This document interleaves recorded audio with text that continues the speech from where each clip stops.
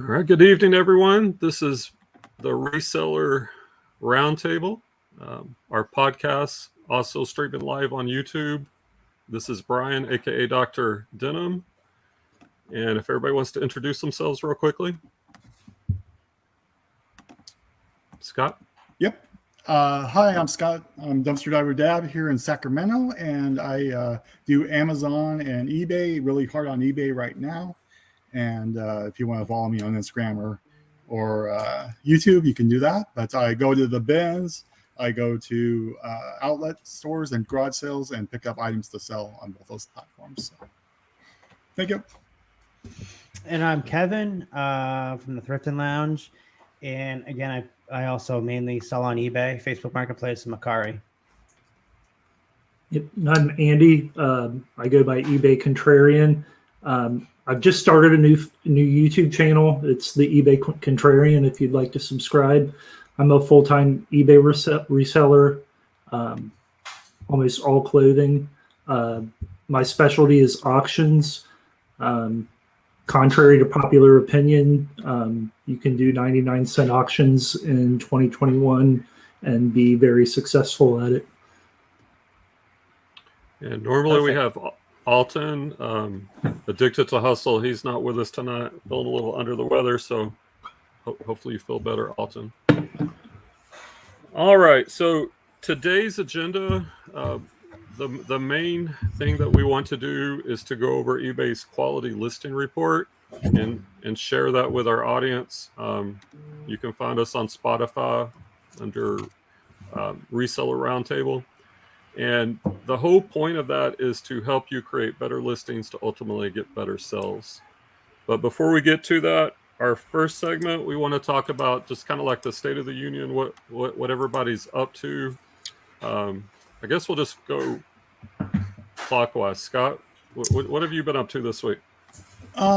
Basically, I have been doing 15 listings a day on eBay. So, and then trying to bank a couple on top of that. But mainly, I'm trying to build up my eBay store. I have about 600 listings right now. So I am going through and selling similar. I'm sure a lot of you guys are going to talk about that. But I'm going to go through, and I've been finding all my stuff at the bin. So I've been buying stuff about for $1, maybe a little bit more when I average all my cost out, because I buy light T-shirts all the way up to jeans and jackets. And my cost of goods is just right around $1. So when you buy stuff for $1 and resell it, there's a high ROI, and that's what I've been trying to do. Now I'm only at a $20 ASP, like I showed you guys before in our group, but I'm looking to build that up to like 25, 30 in the next month.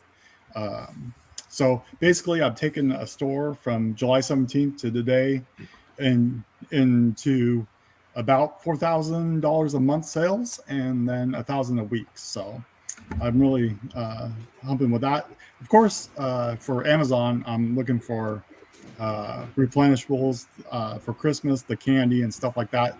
I sell one box set this time of year.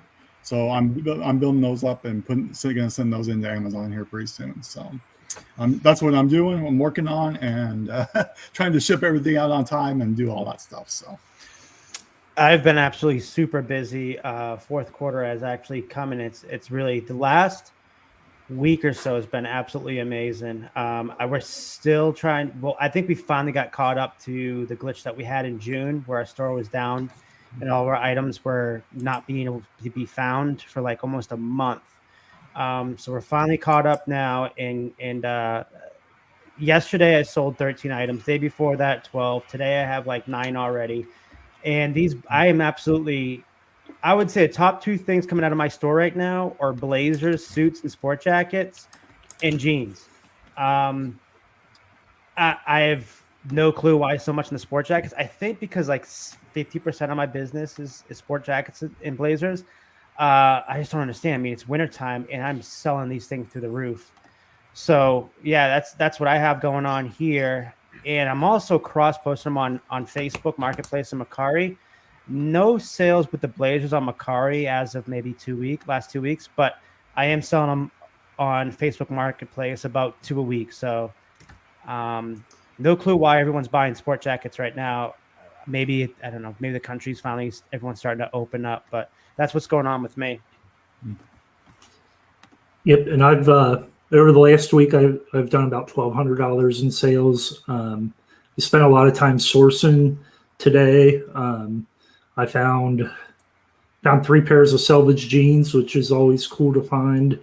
I just got a pair of Rock Revival Dan Relax Straight that I think there's like 18 available, but none of them look like mine. It's like multicolor stitching in it.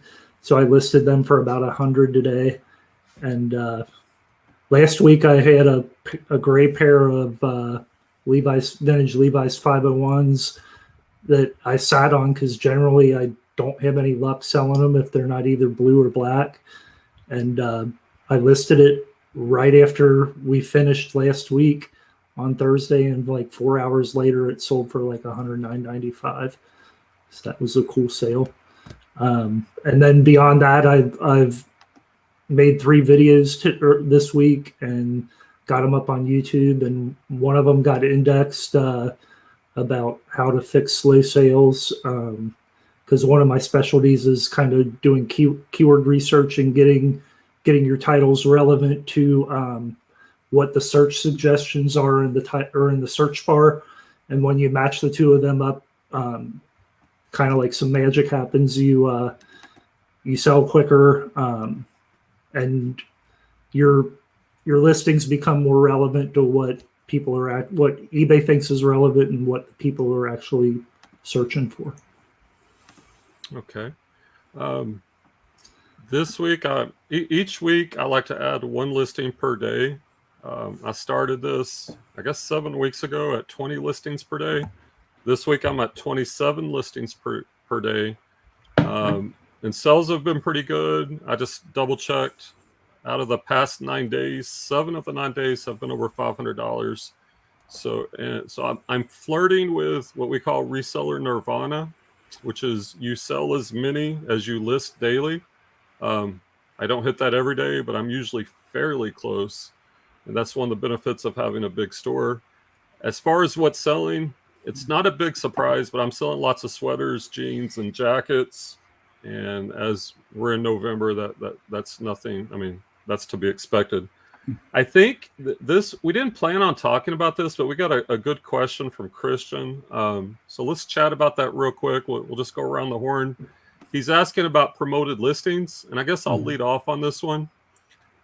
There are a lot of different ways that this can be done, and I've dabbled in different strategies. What I'm currently doing is part of my routine each morning. Like I go through this whole routine. The first thing I do is I go get my orders that I'm gonna ship out. Then I log on to eBay. I then create a coupon each day. I do a daily coupon, and I adjust that amount depending on how my sales were the day before. And that strategy's actually been working pretty well for me. It's allowing me to stabilize. That coupon converts pretty well.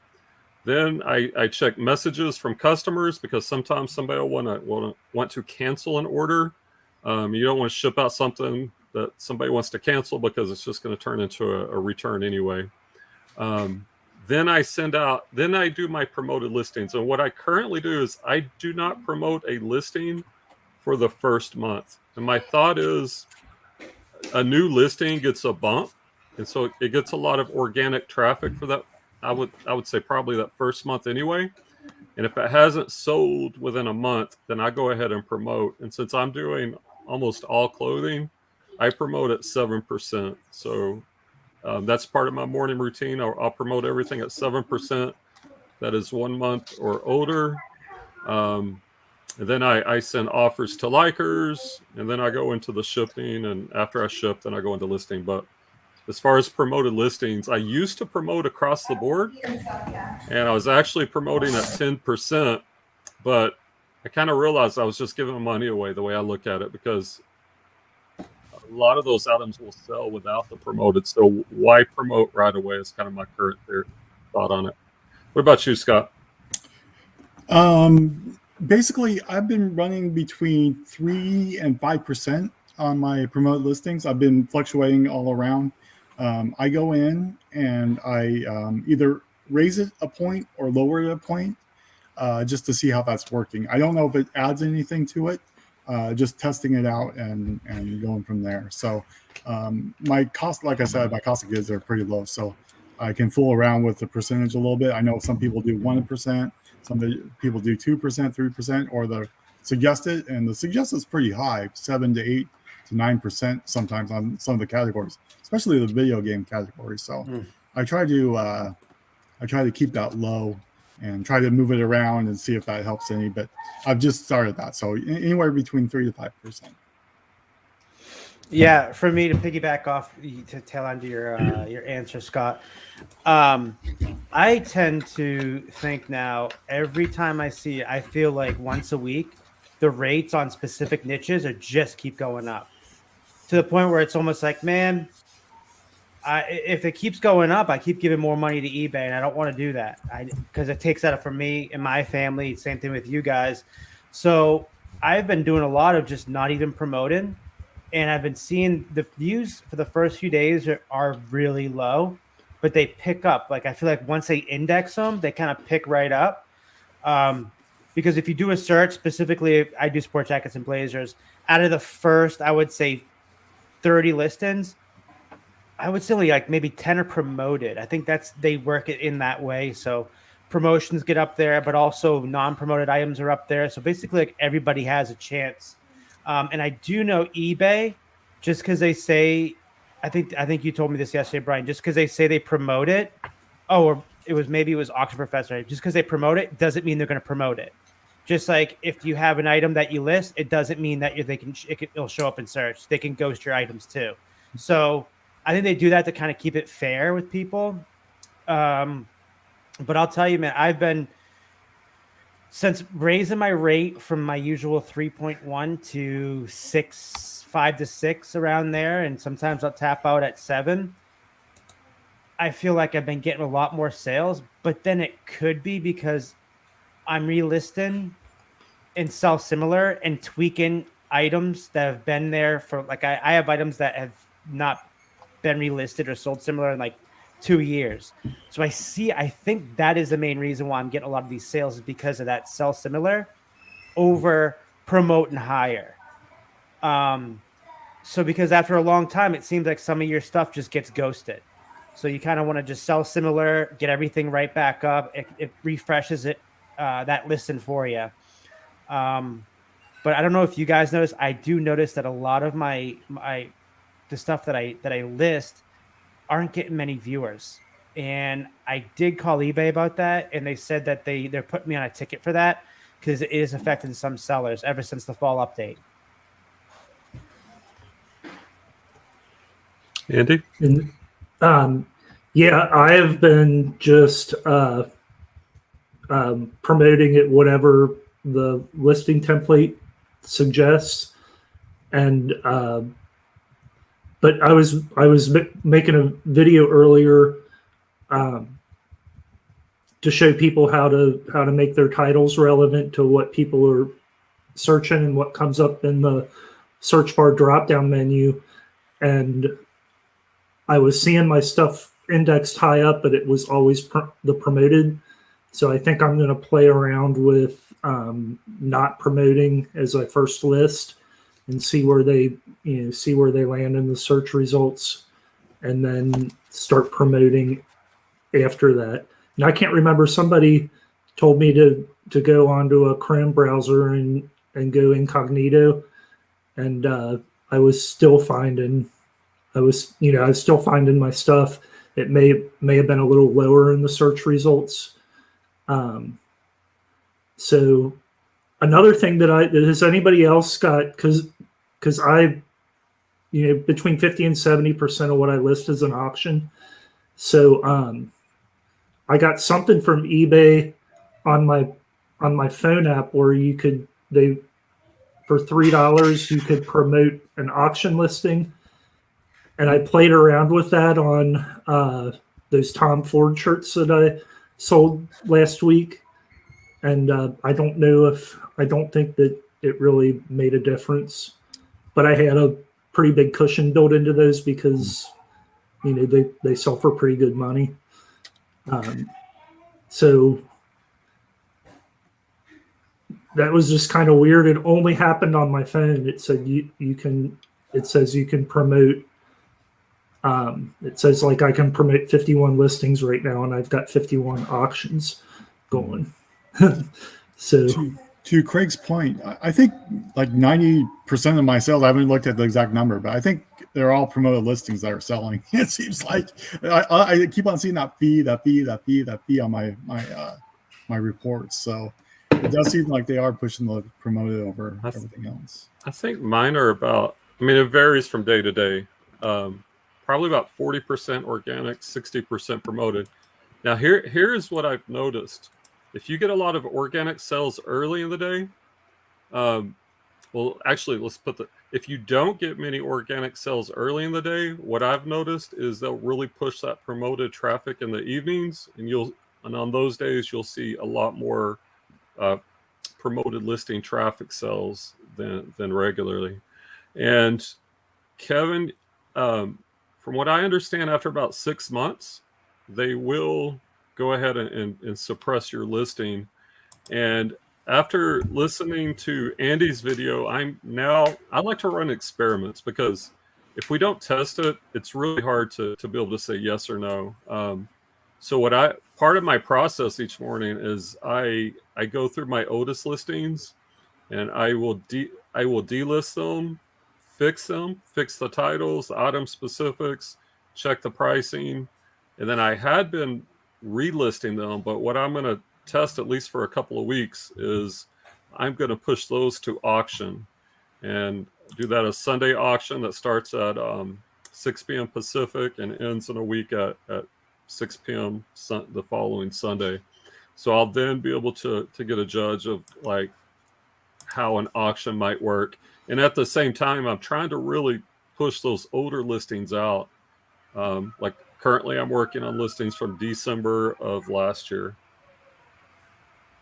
Yeah, I'm up to February of 2020. That's where I'm at now. I was just looking at my traffic stats, and it looks like 55% of my impressions are, let me go back and look. 55% are organic and 45% are promoted. So I'm getting more impressions from my organic, but I think my sales maybe 30 or 40% are from promoted on the fixed price stuff, because a lot of my stuff isn't eligible because it's auctions. Yeah, I think I'm mainly organic, and then a lot of other sources besides eBay.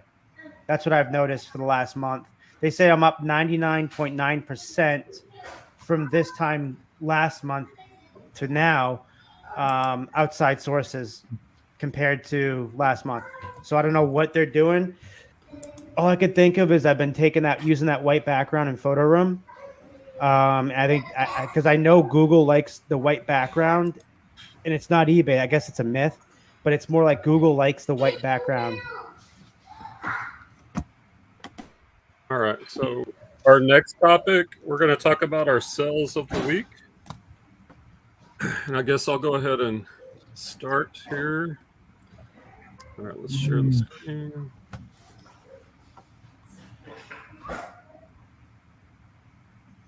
So we're going to be going over the eBay. What is it?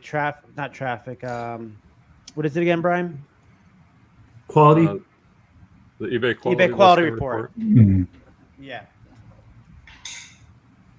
Okay, seems like I kind of froze up on my end. Can y'all? Oh, there we go. No, you're fine. Okay, there we go. T-Mobile. And I've been struggling. I'm doing everything I can to get what's available. All right. Wait. Oh, sorry, wrong tab. Okay, so This was my best sell of the week. This I sourced. I don't know if I sourced this or Clay sources for me sometimes. I And know I you don't said. remember. I think you said you got it at the bins, right? Yeah, I think I sourced this, but Clay might have sourced it. I don't remember. But this is a snow jacket, new with tags. The brand is dope. And so we can also kind of look at titles too, right? Like kind of what Andy's talking about. So I always start with the brand. Then what is it? It's a dope is the brand. Obviously, you can see it right there. And it's a snow jacket. The gender is men's and the size is large. So that's how I format all my titles. And then I put in relevant keywords: water repellent, snowboard, ski, red, compact padding, terms that others may search to find it. And coming from the bins, this was probably like $5 because they will max out. They will max out on weight. Ooh, and I've got this thing upside down. What a horrible listing. That picture's upside And down. I'm looking now. That sold pretty quick. Wow. Yeah, it was listed November 3rd, and it sold a couple days ago. So yeah. Oh, and tell them the sale price is for people listening to the podcast. Oh yeah. On the podcast, it sold for $149.99 plus $20 shipping. Cost of goods, I think, was $5. So jackets are one of the items you want to look for when you're outsourcing. Now, this time of year, a lot of people realize that jackets and sweaters, and a lot of people will source kind of like in season, whereas I like to source year round because I'm still buying shorts, I'm still buying t-shirts, I'm still buying board shorts, and in the summer I'll still buy jackets and I'll still buy sweaters. So anyway, that was my sell of the week. Jackets can have some big ROI. Scott, and also what about the best time to source those is off seasons too. Just like, you know what I mean? Just like picking up Halloween costumes off season. And sometimes they sometimes they sell before the even season starts. Very nice. All right, share my screen.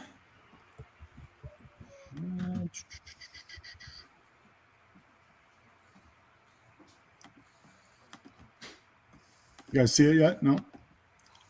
Not yet. Brian needs to click it in. Oh, Brian. Yeah, Brian. I always get this part confused. Sorry, guys. Yeah. Doesn't take much to confuse you. No, it doesn't. Not nice job from nowhere.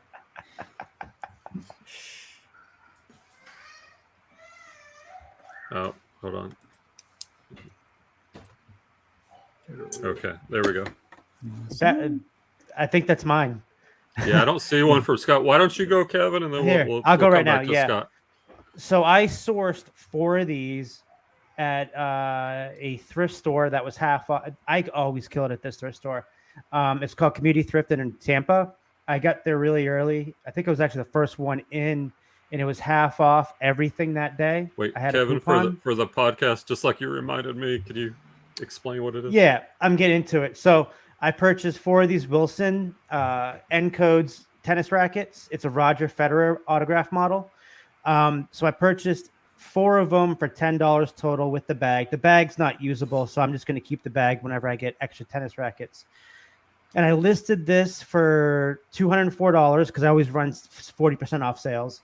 I listed for this $204, and I sold it for $175. They took a best offer, and I sold it within like 3 or 4 hours. I have the other 3 listed at about the same price, and I got some watches. I've sent out some offers. But yeah, this is really good sale. I would say paid a total of $250 since it was 10 and I got 4, and I sold this one for $173. Yeah, sports equipment is a great niche to work in. And Kevin, you know this, obviously. Golf clubs, baseball bats, softball bats. I used to dabble heavy in baseball and softball bats and sold many of those for over $100. So yeah, and they sell quickly. Baseball bats, if you get the right ones. I had a baseball bat from the same store I bought at the previous time, and I paid like $2 for it, and I sold it for $150 within 10 minutes. I was surprised. I had a killer. Oh, I'm sorry. I I was gonna No, say, Andy. what are the when you restring a racket? What are the things that go around the outside? I can't think of the name. Are Like they a little, I know you mean like little clip. grommets? The Yeah, they're like grommets. yeah. I bought a huge like IKEA bag full of tennis racket grommets for restringing, and they were set. Some of them were selling for $50, $60, $70 a pop, Oh man. and I think I Wow. paid $20 for the whole bag. That was amazing. Yeah, that is. Oh, your turn, Andy.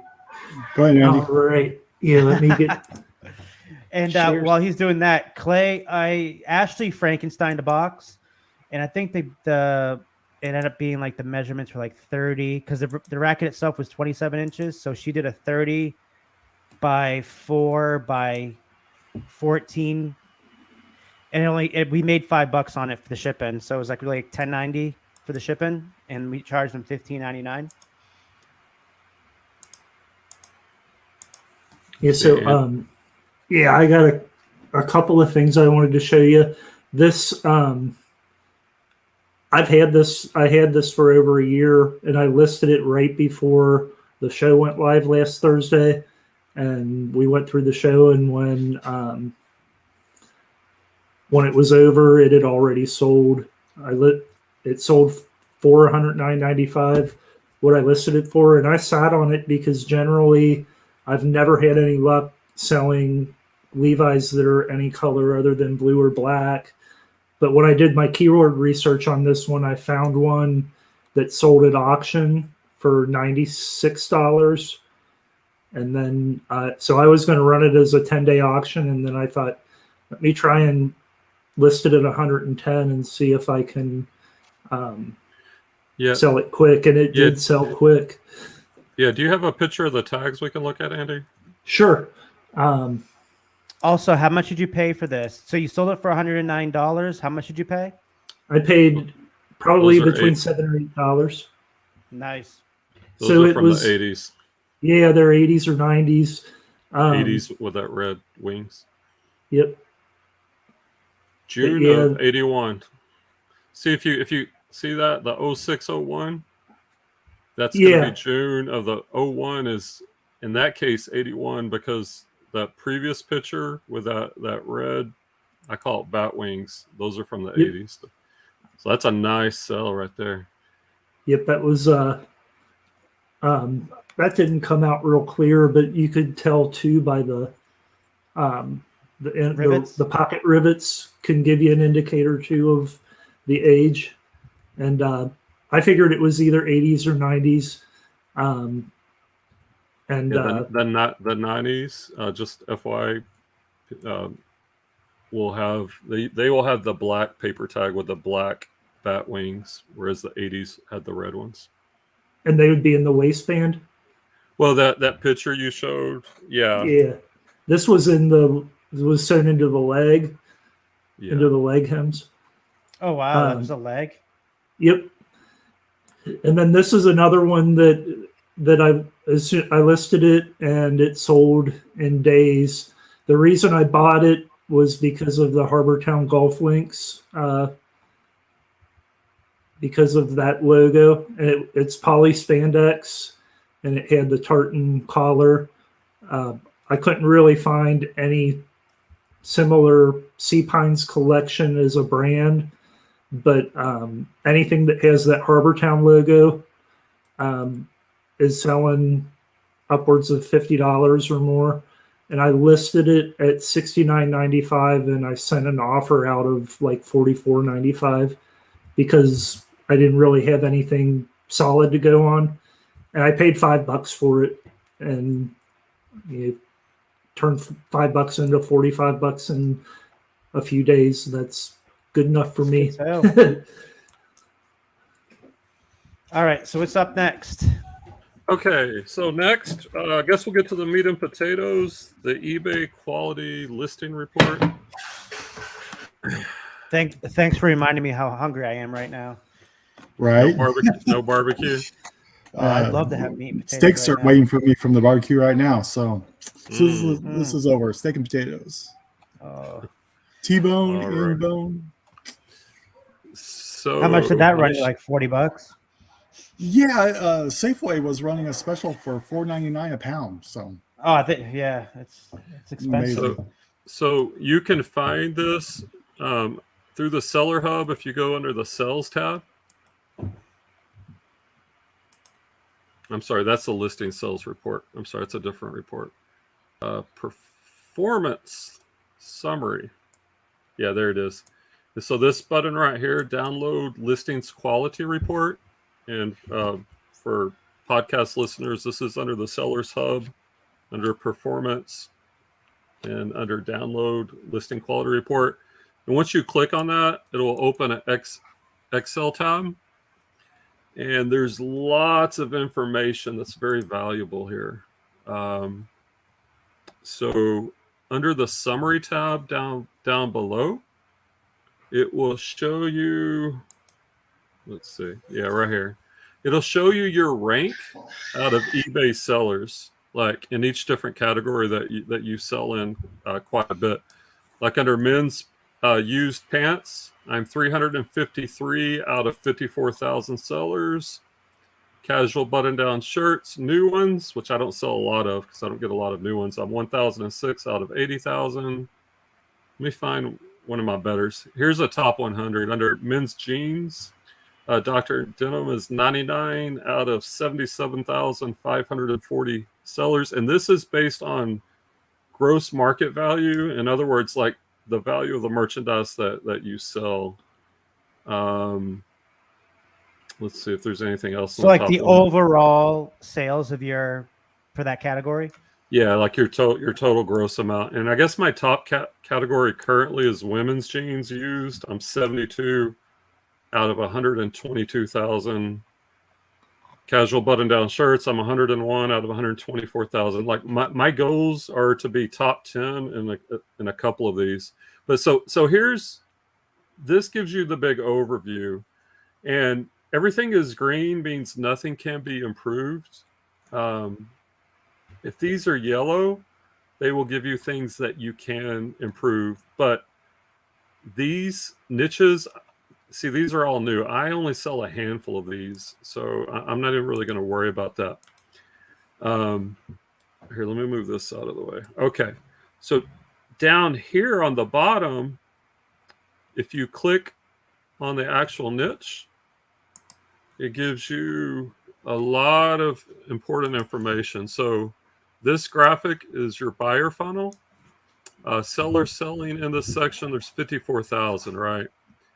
This gives you your impressions in eBay search, and these are your trends. Like I get 69 impressions in the pants category, which is down a little bit. Click-through rate is 0.44. That's up a little bit. Rank versus other sellers, I'm up 321 spots. And then your conversion. So this basically your impressions are when somebody searches, if it shows up on their computer, that's an impression. A click-through is when they actually click on the item, and a sales conversion is when they buy it. So that's kind of how the funnel works. So this kind of gives you an idea of how you're doing and the trends if you're moving in the right or wrong direction. There's also a lot of seasonality in different niches, so you got to take that under consideration. All right, now I have a quick question for you. Those J. Crew Sutton pants, how long have you had those up? Is those brand new? Because it says click-through rate, no clicks. Same thing with the Tommy Hilfiger Crest Grays. So now how would you attack that one, unless that's one you just put up? I probably just put that up, or it may even be as a draft. I haven't clicked on the individual ones. When I look at this, it's kind of as a more global way of looking at it. Like let's look up here. And this, by the way, this scrolls over. So if you look at it, like they're saying I have a high items not as described rate. Make sure your listings are accurate, which I don't know what's up with that. Top 10% of listings shown in the eBay search, there's 1%. Bottom 10% is 1%. Let's see. Yeah, This is not. I like this a lot. Okay, 'Cause this now, really can tell you how to attack it. exactly. Now here's the good data, like daily impressions per listing. Recommended item specifics, I have 10. Now, what we talk about in Chris and Text Group is like we're serious resellers. I'm not comparing myself to a casual eBay seller. I'm comparing myself to a top 10% eBay seller. So if you're a full-time reseller, I would look at it from that lens. So required item specifics. I'm on average in this category filling out 10 of them. The top 10% of eBay sellers in this category are filling out 9. So I'm beating the top 10%. The bottom 10% of sellers are only filling out 4. So you can see that they're failing there. On the brand, 100% of my listings have the brand filled out.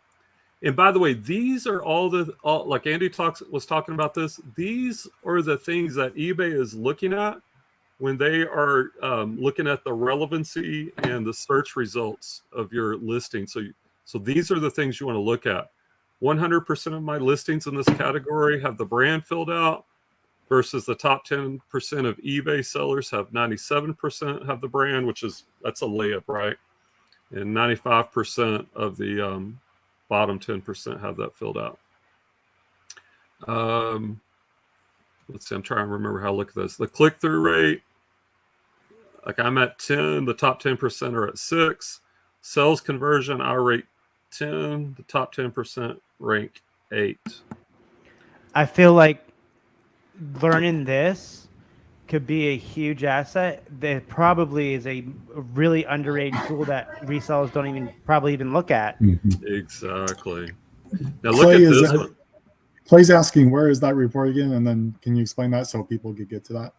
Yeah, it's under the performance tab, download listing quality report. Now look at this one, the number of photos. This is a very important metric. On average, I'm doing 9.6 photos in the pants category versus the top 10% of sellers are doing 8.1 and the bottom 10% are doing 6.2. So I'm winning in that metric as well. The number of keywords in the title, I'm at 11.4. I'm actually a little bit under the top 10%, which is at 11.9. So this is an area, maybe I want to try to get one more keyword in there. I could do a little bit better. Free shipping, I don't believe in free shipping and used clothing, so I'm at 0%. I don't either. I don't think any of us veterans are either. No, that's for people that don't know better. Well, look, the top 10%, only 14% of them are doing free shipping. So that's pretty low percentage. 14-day returns, 30-day returns, 60-day returns. I offer 60-day returns. Look at this. I am killing everyone else. 77% of my listings have 60-day free returns. Only 4% of the top 10 sellers in men's pants offer 60-day returns. So that is giving me a boost and an advantage.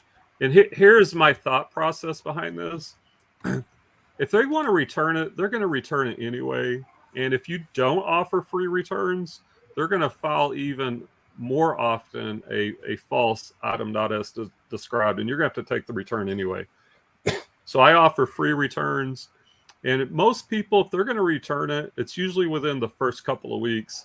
So I offer 60-day returns, and I've never had a return come in that's older than like 3 weeks. And all that does is boost me in the search result. So, Brian, I wanted to ask you that. Do you think that these metrics have an impact on the algorithm? And apparently, you think that it does, or that it will. 100%. I would put my eBay money on this, because think about it. eBay is giving us this data, and this is how they rate us. As a matter of fact, I was listening to the eBay for Business podcast actually today. In their last podcast, that's exactly what the host said, that these are the metrics that they are grading you against your competition. So these are the metrics that you want to be winning against. And in my opinion, you want to be winning against the top 10% of sellers. Can you send me that link after this show so I can watch it, listen to it? Yeah, sure thing. Accepts returns. Look, 100% of my items, only 66% of top 10 eBay sellers accept returns. Do you think I'm getting an advantage on those? Absolutely. Yeah. Seller paid returns, free returns, I'm killing them on that one. Promoted listings, I'm at 83% of my listings are promoted in this category versus 57% of the top 10%. And look at this. Now, do you think you can make some inferences here. Out of the bottom 10%, only 8% of those sellers promote. Do you think it's just coincidence that they're not getting many sales? So That's promoted, rolling blackouts. Well, no. What I think that could be also is new sellers. New sellers, when you first start, you're not allowed to promote listings. Because when I did my second store, I was like, oh man, I didn't know I can't promote a listing. They give you a certain amount of time, and then you can promote your listings. Okay, well that makes sense. That's probably what that is. Yeah. And then it gives you your average. Like I am lowering this, but I used to do it at 10%, so my average is still pretty high. That's at a 9% promoted listing rate versus 5% for the average top 10.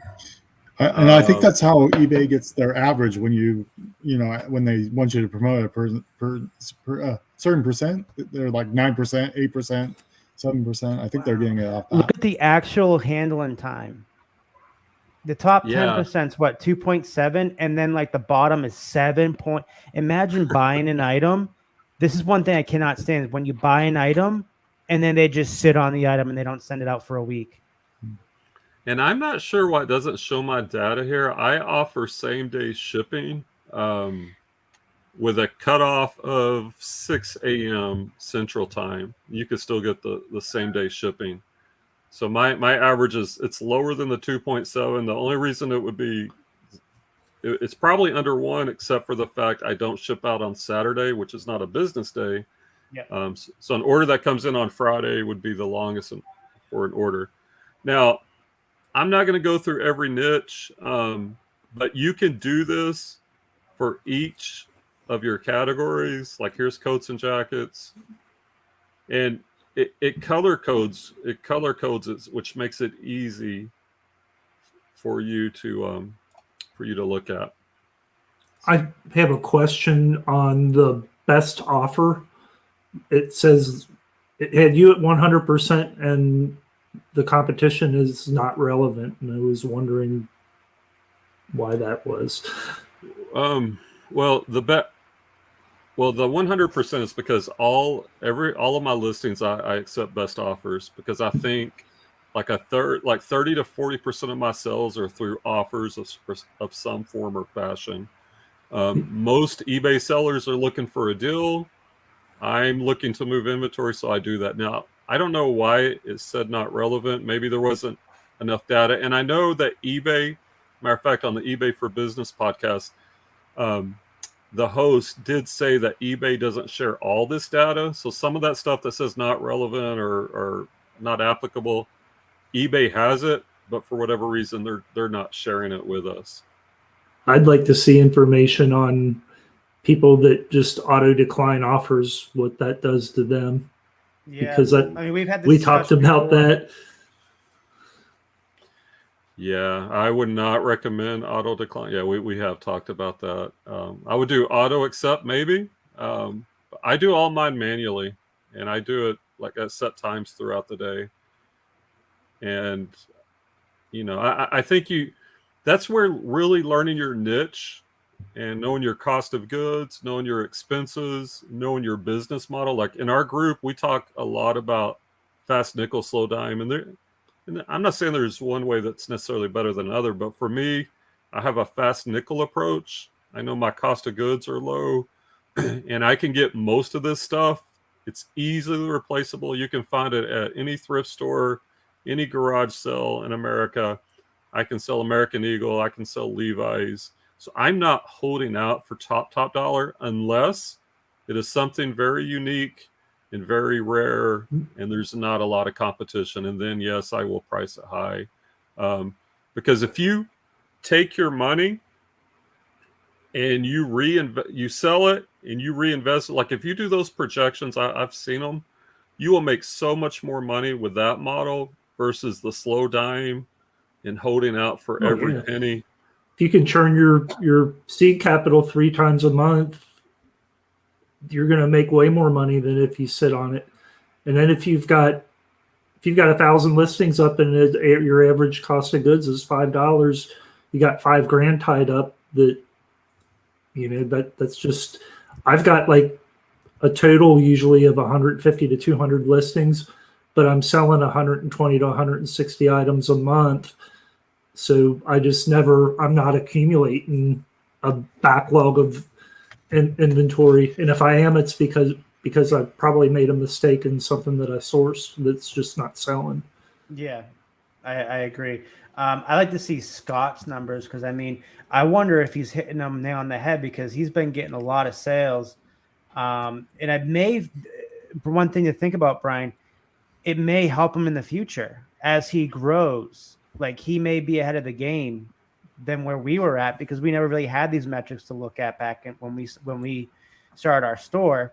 But I mean, Scott gets a lot of help from us, and he seems to turn and burn pretty well. So I wonder if he's setting himself up for to be really good down the road. Right. No, I think that's valid. I want to. Heidi asked a question in the chat about how do I get 9 or 10 pictures. So I'm just gonna. Oh, hold on. Let me check this offer. Yeah, you better take that offer. that offer. Make that sale. You're just okay. What it was the algorithm just heard you mention American Eagle jeans, no joke, and now you get an offer. So let's look at this as an example. We'll look at the pictures, and I'm going to accept that. I just listed these recently. They're at $29.99, but normally I'm going to take anything 50% or higher. So my first picture is the front. I don't know what you call it, where you see the whole picture, right? So there's one. I take a picture of the back. And actually, that's not the order. I don't know why that got in that. This is actually the order. It's 1. Then I do the front half is 2. I do 1 of this pocket because the closer you get to the denim or whatever you're taking a photograph, the more true the color is. So there's 3. I do the bottom part of the jeans is 4. I do the back, the full one. There's 5. I do the back, the top half is 6. I do this pocket and the logo. There's 7. I take a picture of the closure. There's 8. I do a picture of the brand on the inside waistband. There's 9. This is telling me it's original boot cut. There's 10. Size tags and fabric tags is 11. This, I don't do this anymore. When I was using this bin system, I would use this as my last picture in case I for some reason forgot to put my SKU, then I could find it in the picture, but I've switched my inventory system, so I no longer do that. So that one I think had 11 or 12 pictures.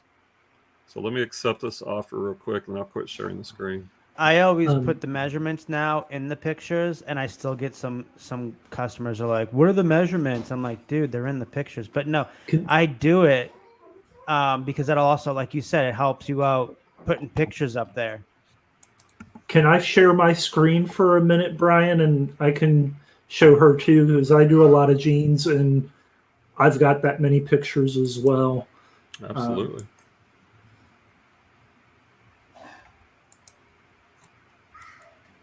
And you're welcome, Heidi.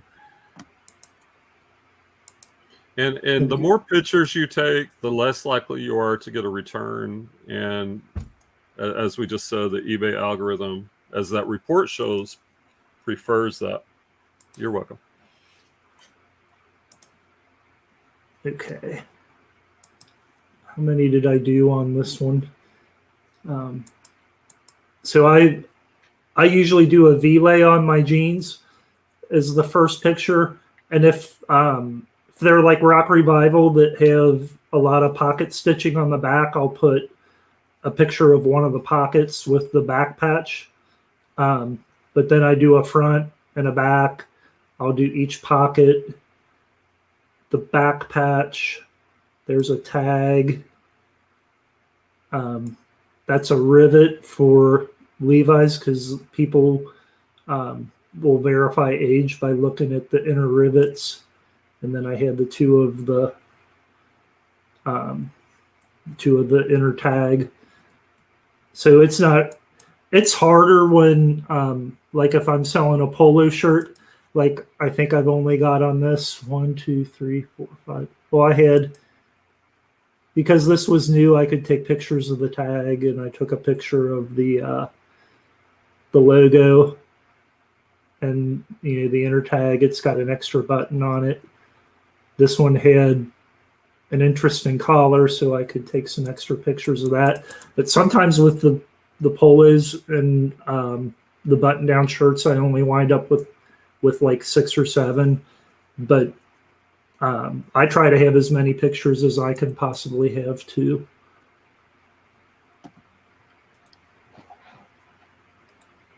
Yeah, the more pictures, the better. And just kind of wrapping up the thought on that quality listing report, consider that your report card and rate yourself. See how you stack up against the top 10% sellers and look for areas that you can improve on. And that's a good way to approach it. And I think the other thing is, like, even though I was better than the top 10% in almost every category, I'm only listing 27 items per day currently, and I'm trying to grow that.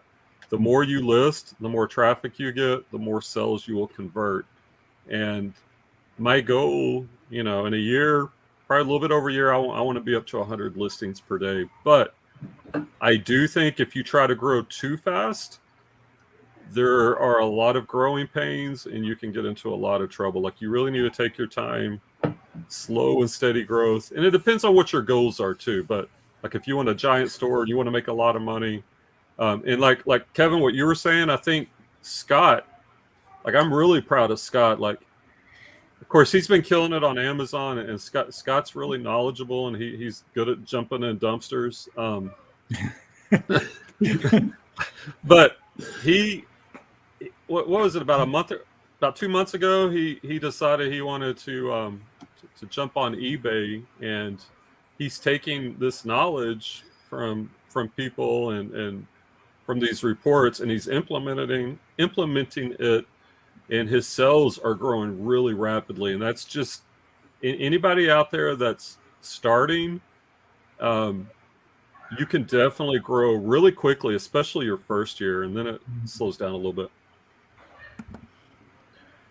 Yeah, I also think too, I'd be interested to follow Scott's numbers month by month, because again, it's too late for us to do it. Because we already had so much in our store, but Scott's is more of a new store, and he's very motivated, which is always a plus too. Motivation's a huge factor in this. Next week I could go over my store and my numbers, like what I've learned here this week, and next week we could go through those reports on my store just to see what.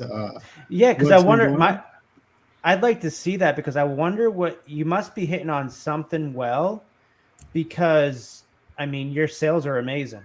Yeah, like I had 4 offers this morning before I even woke up. And I had 4 sales this morning. Yeah. You had 4 best offers? Best offers. Did you have 4 morning. Oh, yeah. Nice. Yeah. So I took them all because my cost of goods are so low. Like Brian took that offer for the jeans. He says he goes up to 50%. I've been taking most of those offers, except for if it's like a really low ball one. It's literally making money in your sleep. Yeah. It's weird because Amazon's like that. You can take Amazon and you are making money in your sleep because you were sending in your inventory, or you're already putting the work ahead of time. This is like I got to put the work in daily, and it's a little bit more different. Profit per good though. It's more profit per good. And what I'm thinking is that every year it's like a 401k, right? Every year it should go up 4, 6, sometimes 10%. Just keep that as a goal. Hey. List the same amount every year. If you have to list 20, 30 a day, that's fine. Because if he's like, again, another problem, Brian, is when you scale up, and I'm seeing it in the chat right now from Christian. If you scale up too quickly, you're going to run out of inventory, and then you're going to have to run through your money too as you're waiting for other items to sell. Can I speak to that? And I Of know course. Clay sources for me part time, and he actually met Christian at the bins, and I heard Christian's a really nice dude, and of course Clay's everybody's friend. The only thing I would say, Christian, is from experience, I know when you first start, you see all this information and you want to go from 0 to 100. But the thing is, like I think you said you joined Chris and Tech's group and you'll learn so much there.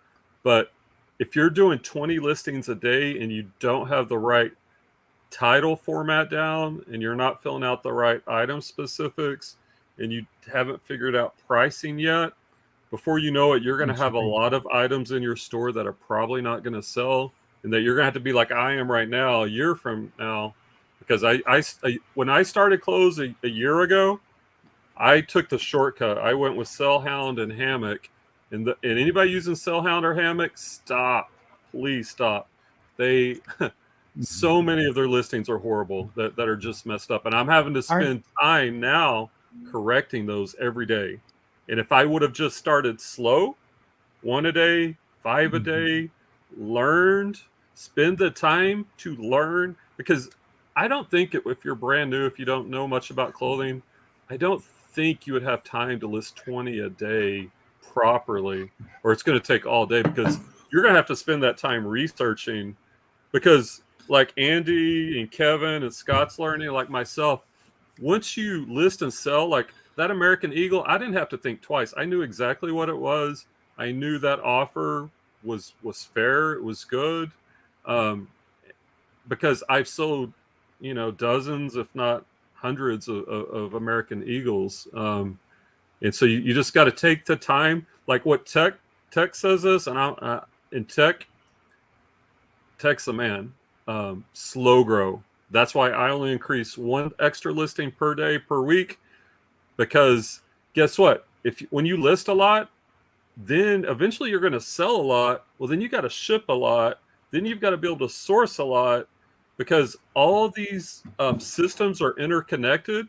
And if one goes way up, the others can quickly fall out of whack. So just be careful. I'm not trying to discourage you. I love the idea of growth, but just be careful as you're learning and growing. And even that in my new store, I started with 5. As you guys know, I started with 5 listings. Last month was 10, and then November 1st I went to 15. It wasn't already 15, bam, bam, bam, bam, bam. So I agree with the slow growth too. You also got to make sure you have inventory for that week. So like for us, we list 20 a day. So we make sure, we make sure that we always have that for the week, right? Because we also run out, but we're always bringing a pen and pencil with us, making sure, okay, now we got all our items for the week. Now we can go home. Because again, you have to treat this like a job. If you want to make it your full-time income, like me and Brian do and Andy, you got to treat it like that. If you buy 30 items and you bang out those 30 items and list them in one day, yeah, you're going to get the sales, but they're going to drop off in 2 days. You know what I mean? So you want to like spread it out. So eBay slowly sends you those sales as you go up in listings, as Scott sees consistently, the more he's selling it. Like I said, it's just like a mutual fund. I know.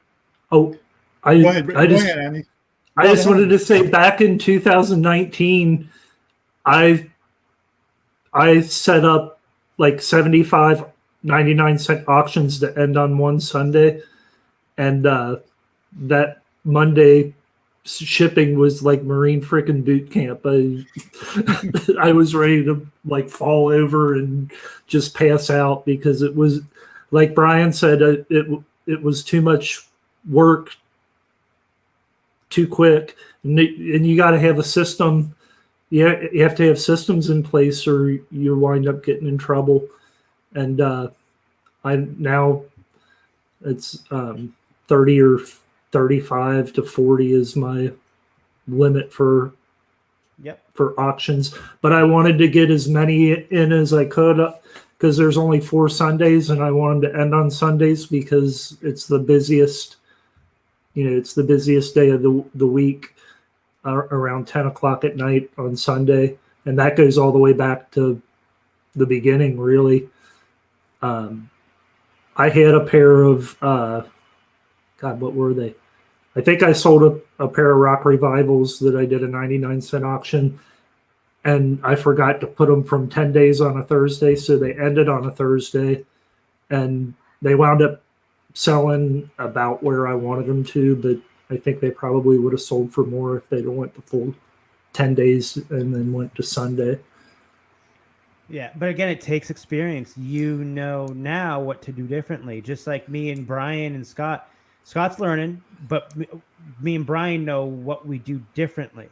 Like we know when we get something, okay, let's bang out jeans one day, bang out dress shirts one day, but it's always consistently the same number because eBay's they like that.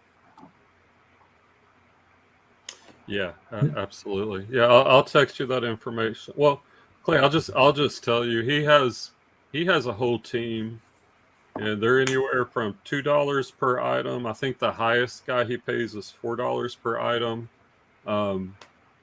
So yeah, and Tech honestly says, I think he's kidding, but he's halfway serious. He says the sourcers have the best job because they source and they're done, while Tech has to list it all, deal with customer service, ship it, and all the headaches. So I think most people would agree the sourcing is the funnest part.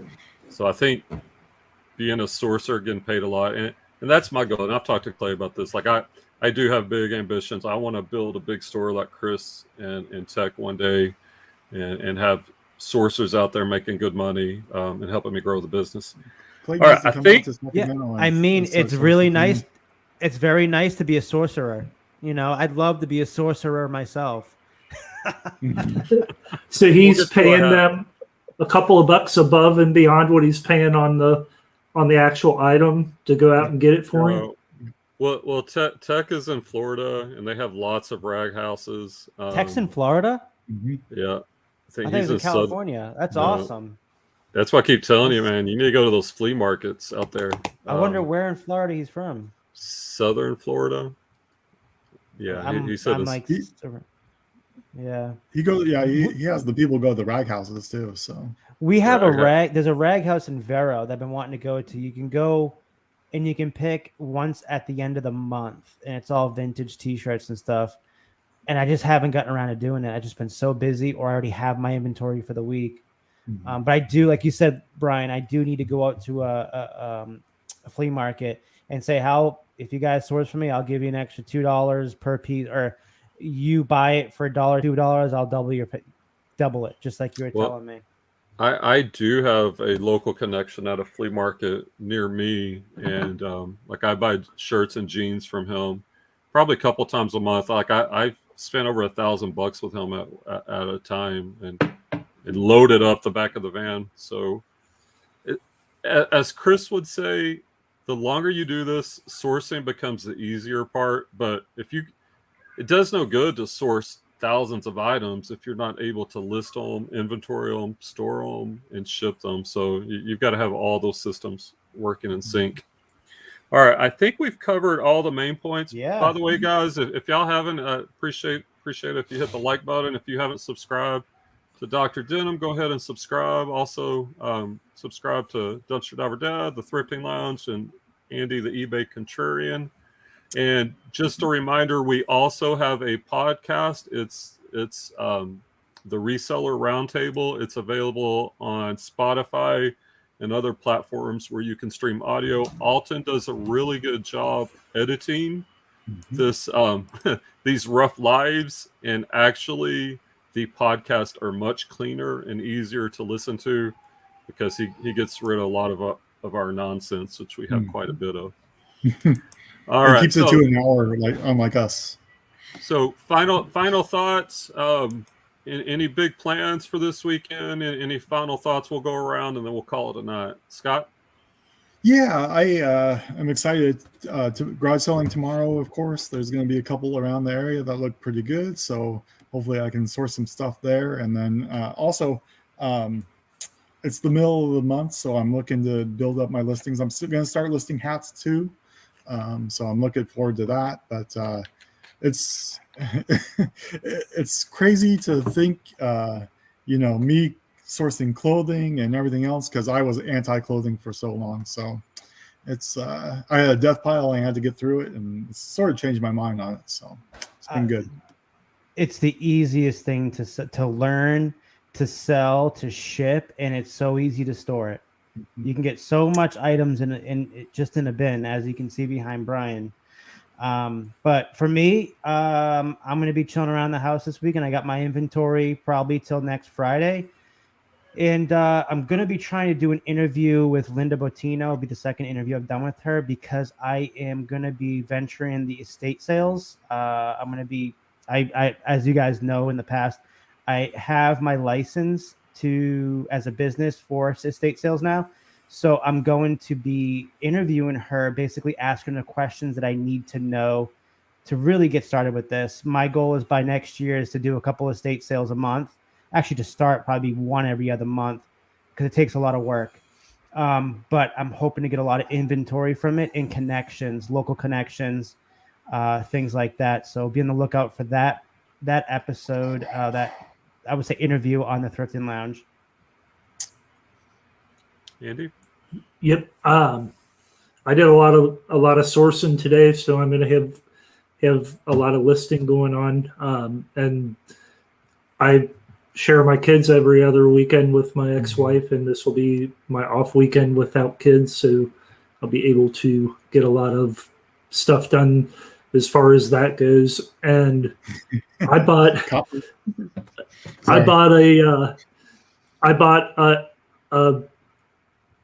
there's a company called Keyword Dominator, and they have a different keyword tool for each of the platforms. And I bought the one for eBay about 6 months ago, and now I bought one for YouTube. So I'm going to be doing some keyword research, because my video about how to fix slow sales, it shows up when you search slow sales eBay on YouTube, and it's pushing up towards 200 views, and I did it like 48 hours ago. Yeah. So I'm going to do a little more keyword research, because I want to try and do a video a day, and I've been focusing more on that than actually listing, which I need to get both of them into the schedule. On Brian, remember day. what I told you, right? And what happened? Yeah. So about a year ago, I was like really trying to grow YouTube, but it was taking up so much time. And Kevin was like, man, just spend some of that time listing more. Because about a year ago, or maybe a little bit more than a year ago, I was maybe listing 5 items a day, and I was selling hard goods and everything. And I was doing okay, but I was too spread out. And so basically, I just kind of gave YouTube up, other than an occasional live video, and was just putting all my energy into listing more. I got up to 50 listings a day for quite a while. And then, Kevin and I were talking, and we decided with everyone else to bring back the lives and to try to do the podcast. And to be honest, I do feel a little bit of that YouTube pull, but it is very dangerous. Like, eBay makes me the money, but if I get where I have time, maybe I'll start making a few videos. I will say, in Chris and Tech's group, I host a Monday book club call where we read business books and other books that will help us in our businesses, and I'll lead that group. And Daily Refinement, or Chris, is allowing me to upload those videos onto my YouTube channel. So I did upload one yesterday. So if you like to read business books, and the people in the group, we discuss how that can relate to our businesses and our personal lives, and how we can actually implement that. And so there's a lot of good content there. So if that interests you, you might want to check that out. That's under the book club playlist.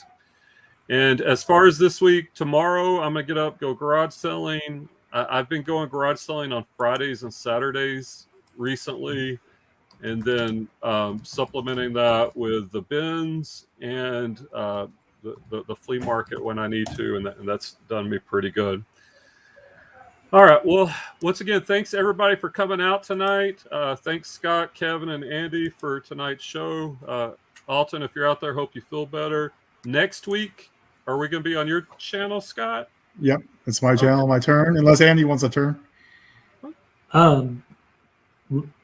Let me have another week, and then Okay, so I'll do it next week. I'll put out a link here on Monday or Tuesday, and we'll be good to go. All right. So next week we'll be on Dumpster Divers Dad, same times. Well, not same channel, same time. I think I have 1,400 subscribers, so I think it's from everybody calling and subscribing. So Good thanks, job. guys. Nice. All right. Well, everybody have a good night, and good luck out there hustling. Good night, guys. Awesome. Night. And all